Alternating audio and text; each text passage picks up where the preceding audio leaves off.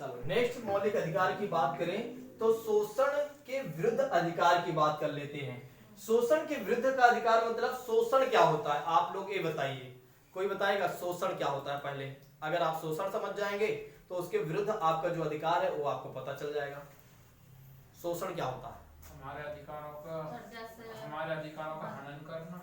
जैसे आपके क्या अधिकार होते हैं? जैसे हमें शिक्षा से वंचित रखना या हमें समाज से किसी वंचित को सब जैसे रखना, बंधुआ शोषण मजदूर बना करना दिया हो। या बंधुआ मजदूर। हाँ ये शोषण देखिए, करना। आपसे शोषण का मतलब ये होता है जो आपकी बिना आपकी इच्छा के विरुद्ध कार्य करवाना।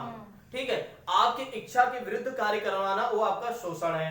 जैसे मान लो आपको 2 घंटे की क्लास में बता के आपसे 10 घंटे पढ़ाऊं तो यहाँ पर आपका शोषण किया जा रहा है। ठीक है, कोई आपके 8 घंटे की ड्यूटी में आपको 10 घंटे लेता है तो यहाँ पर क्या किया जा रहा है? आपके साथ शोषण किया जा रहा है। ठीक है, यह आपका अधिकार है। अगर कोई भी व्यक्ति आपके साथ अमानवीय व्यवहार करता है या आपकी इच्छा के विरुद्ध कोई कार्य करता है तो आपका शोषण माना जाएगा और इसके थ्रू आप कहां जा सकते हैं? इसके खिलाफ आप न्यायपालिका जा सकते हैं। न्यायपालिका आपको संरक्षण देगी कि ठीक है। तो आइए बात करते हैं इसके बारे में थोड़ा और भी। जैसे कि एक तरीके से मानव दुर्व्यवहार, बेगार बालाश्रम जो होता है, ठीक है, बालाश्रम यानी बाल बच्चों का एक तरीके से। फिर इसमें क्या होता है? पुरुष महिलाओं बच्चों की वस्तु की खरीद फरोख्त। ठीक है, जैसे आपका एक तरीके से महिलाओं को खरीद फरोख्त होता है, बच्चों का खरीद फरोख्त होता है। ठीक है, मानव अंग के खरीद फरोख्त होते हैं। ठीक है, ये सब कुछ इसी में शामिल कर दिया गया, शोषण में ही डाल दिया गया। ठीक है, ये सारा कुछ आपका है शोषण के विरुद्ध अधिकार यानी शोषण है। अगर आपका दूसरी चीजें है बेगार यानी कि बेगारी आपसे करवाना, ठीक है, आपसे काम करवा लेना, पैसे ना देना, ये है आपका शोषण का विरुद्ध यानी शोषण है। और इसके विरुद्ध आप कहां जा सकते हैं? न्यायपालिका आप जा सकते हैं। क्लियर? तो ये रहा आपका आर्टिकल 23। ठीक है, 23 मैंने 3 लिख दिया था। चलो हाँ, आर्टिकल 23 की बात करते हैं। समझ में आएगा नहीं? आर्टिकल 23, ठीक है, शोषण के विरुद्ध अधिकार। ठीक, चलो अब आइए बात करते हैं। इसमें कुछ लिखना भी है क्या? नहीं, मैं ये पूछ रही थी, आपने 23 लिख दिया, ये थर्ड था ना शायद हमारा।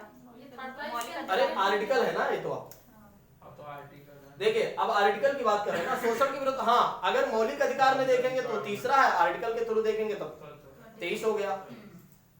ठीक है, आर्टिकल के थ्रू अब आपका थ्रू क्या हो गया? आपका 23 हो गया ना। ठीक है, इसमें अगर 23 में लिखना चाहते हो तो 23 में एक पॉइंट लिख सकते हो।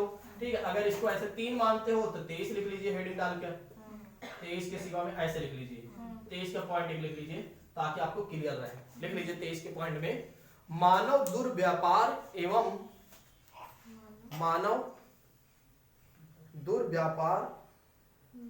एवं बलात् श्रम का निषेध। बलात् श्रम का निषेध, ठीक है, यानी कि बच्चों के श्रम पर निषेध लगाया गया। ठीक है, बाल मतलब बच्चा, बाल श्रम पर रोक। बाल श्रम पर रोक। ठीक है, क्लियर? अब आइए बात करते हैं आर्टिकल 24 क्या कहता है। समझ में आया? 23, ठीक है। चलो अब आइए बात करते हैं आर्टिकल 24। 24 वाला तीसरे मौलिक अधिकार में है। हाँ, तीसरे में ही है। ठीक है, वहां पर क्या था? 23 जो शोषण के विरुद्ध अधिकार है 23 से लेकर 24 तक है। ठीक है, 23 से लेकर 24 तक है। ठीक, चलो बात करते हैं आर्टिकल 24 क्या कहता है। देखिए, आर्टिकल 24 कहता है कि 6 से लेकर 14 वर्ष या 0 से लेकर 14 वर्ष के बच्चों को किसी भी कारखाने में आप नहीं लगा सकते हैं। ठीक है, या आपका क्या माना जाएगा, या इसमें थोड़ा सा लिख लीजिए एक पॉइंट ताकि आपको क्लियर हो जाए। आर्टिकल 24 लिखिए हेडिंग डालकर, कारखानों आदि में 24 में लिखिए कारखानों आदि में बालकों के नियोजन का निषेध। बालकों के नियोजन का निषेध आर्टिकल 24 में लिख लीजिए कि कारखानों आदि में बालकों के नियोजन का निषेध। बालकों के नियोजन का निषेध। क्लियर? यानी कि एक तरीके से कहा जा सकता है 0 से लेकर 18 वर्ष तक मान सकते हैं। यानी कि आपका 18 वर्ष तक के बच्चों को, अब तो मान लीजिए 18 ही मान लीजिए, ठीक है, कि 18 वर्ष तक के बच्चों को आप कहीं पर भी किसी भी फैक्ट्री में आप नहीं लगा सकते हैं। ठीक है, अगर आप ऐसा लगाते हैं तो आपके विरुद्ध कार्यवाही भी हो सकती है। ठीक है, तो इसीलिए कहा गया है कि किसी भी बाल श्रम कहा गया है, या एक तरीके से कहा गया है किसी भी बच्चे को, या किसी भी एक तरीके से, हाँ बच्चे ही कह सकते हैं, या 14 वर्ष तक के बच्चों को आप एक तरीके से कहीं भी कारखाने वगैरह में नहीं लगा सकते, होटलों वगैरह में आप नहीं रख सकते हैं। ठीक है, समझ में आया कि नहीं? आर्टिकल 24 क्लियर हो गया। जी। ठीक, अब आइए बात करते हैं नेक्स्ट।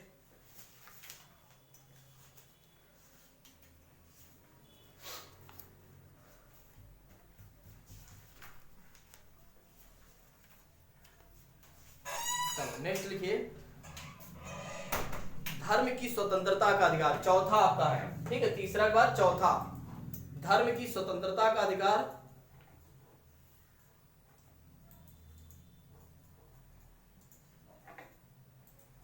धर्म की स्वतंत्रता का अधिकार आर्टिकल 25 से लेकर 28 तक। कहां तक है 25 से 28। आर्टिकल? नेक्स्ट है चौथा आपका क्या है, चौथा आपका क्या है, धर्म की स्वतंत्रता का अधिकार। क्या है, धर्म की स्वतंत्रता का अधिकार। धर्म की स्वतंत्रता का अधिकार की बात करते हैं। आर्टिकल कहां से लेकर कहां तक है, 25 से 28 तक। ठीक है, अब आइए बात करते हैं आर्टिकल 25 क्या कह रहा है। ठीक है, अनुच्छेद 25 की बात कर लेते हैं। ठीक है, अनुच्छेद 25 की बात करते हैं तो अनुच्छेद 25 में लिख लीजिए, पहला लिखिए, पहला पॉइंट अनुच्छेद 25 में, पहला एक क्या पॉइंट, एक ही पॉइंट लिख लीजिए, अंतःकरण, अंतःकरण की, अंतःकरण की और धर्म के अबाध, धर्म के अबाध रूप से मानने, धर्म के अबाध रूप से मानने, कामा, आचरण और प्रचार करने की स्वतंत्रता। आचरण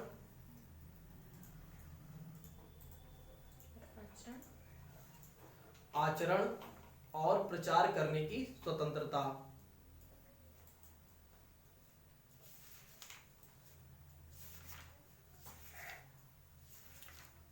आचरण और प्रचार करने की स्वतंत्रता। चलो बताओ, कौन बता सकता है इसको? यही सर कि जो जिसका जो धर्म होता है वो उसके अकॉर्डिंग पूजा अर्चना और सब कुछ कर सकता है। धर्म प्रचार प्रसार भी कर हाँ। सकता है।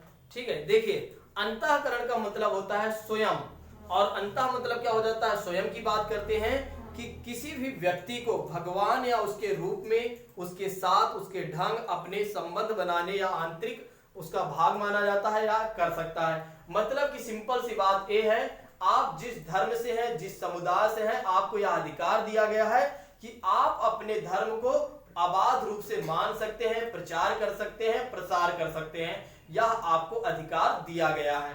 क्लियर? आर्टिकल 25 में एक कहा जा रहा है। और दूसरी बात कहते हैं कि मानने का भी अधिकार है और आचरण करने का भी अधिकार है, जो मैंने आपको बता ही दिया। अब आइए बात करते हैं आर्टिकल 26 की बात करते हैं। आर्टिकल 26 में लिखिए, ठीक, 25 समझ में आएगी नहीं कि आपको अपना धर्म, आप जिस धर्म से हैं, आप अपने धर्म को मान सकते हैं, प्रचार कर सकते हैं, प्रसार कर सकते हैं, कुछ भी कर सकते हैं, यह आपको अधिकार दिया गया है। ठीक है, आर्टिकल 26 लिखिए। आर्टिकल 26 में लिखिए कि प्रत्येक धार्मिक संप्रदाय या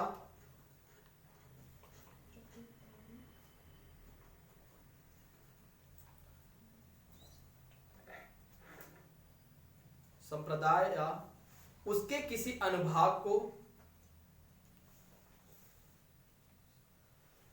उसके किसी अनुभाग को यह अधिकार दिया गया है, यह अधिकार दिया गया है। पहला पॉइंट लिखिए इसमें,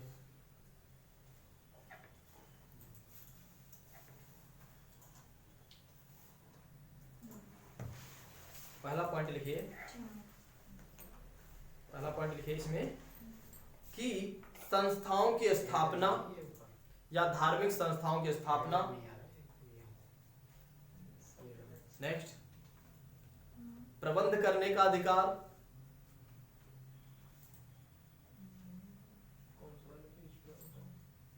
नेक्स्ट प्रशासन करने का अधिकार, प्रशासन करने का अधिकार।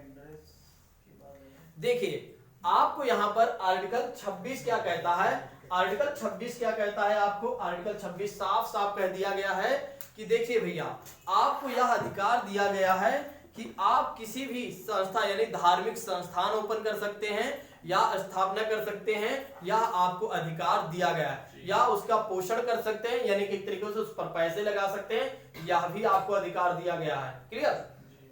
किसी भी प्रकार का ऐसा करना। फिर उसके बाद आपको क्या कहा गया है, अगर आप प्रबंधन करना चाहते हैं, मैनेजमेंट करना चाहते हैं, प्रबंध करना चाहते हैं, तो भी आपको यह अधिकार दिया गया है। और लास्ट बातें क्या कही गई हैं इसके समक्ष, कि अगर आप उस पर प्रशासन करना चाहते हैं तो उस पर आप प्रशासन या एडमिनिस्ट्रेशन भी आप कर सकते हैं, या भी आपको अधिकार दिया गया है। क्लियर? आर्टिकल 26 में इस बात की चर्चा की गई है। अब आइए बात करते हैं आर्टिकल 27।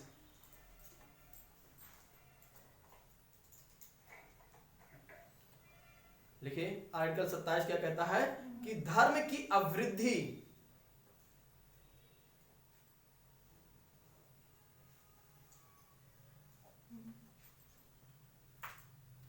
धर्म की अवृद्धि के लिए करों के संदाय से स्वतंत्रता। करो मतलब टैक्स। धर्म की अभिवृद्धि, लिखिए, धर्म की अवृद्धि के लिए, धर्म की अवृद्धि के लिए करो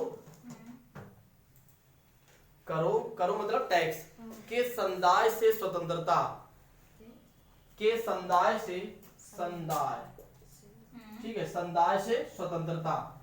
आर्टिकल कौन सा है? 27। सिंपल सी बात, इसमें एक ही बात है, आपको किसी भी प्रकार से कोई कर नहीं देना होगा।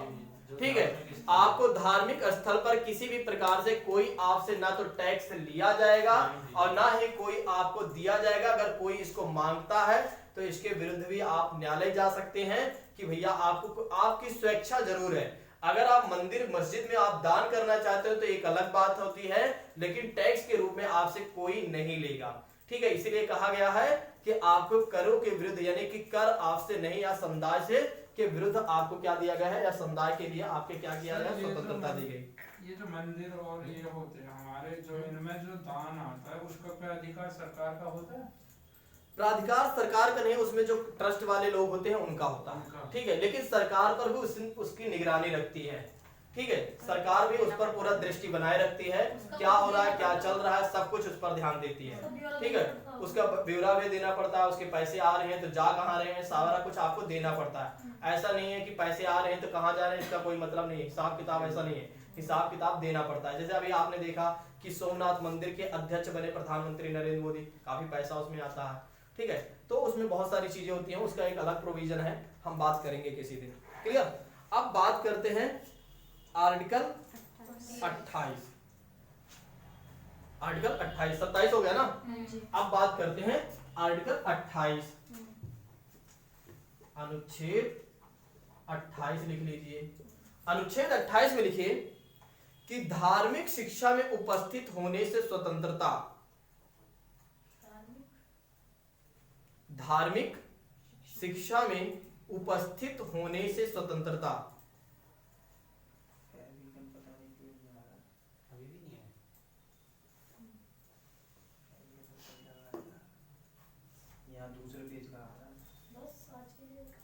ठीक है, इसमें लिखिए, एक पॉइंट लिख लीजिए कि इसके अंतर्गत राज्य निधि से पूर्णतः पोषित, राज्य निधि से पूर्णतः पोषित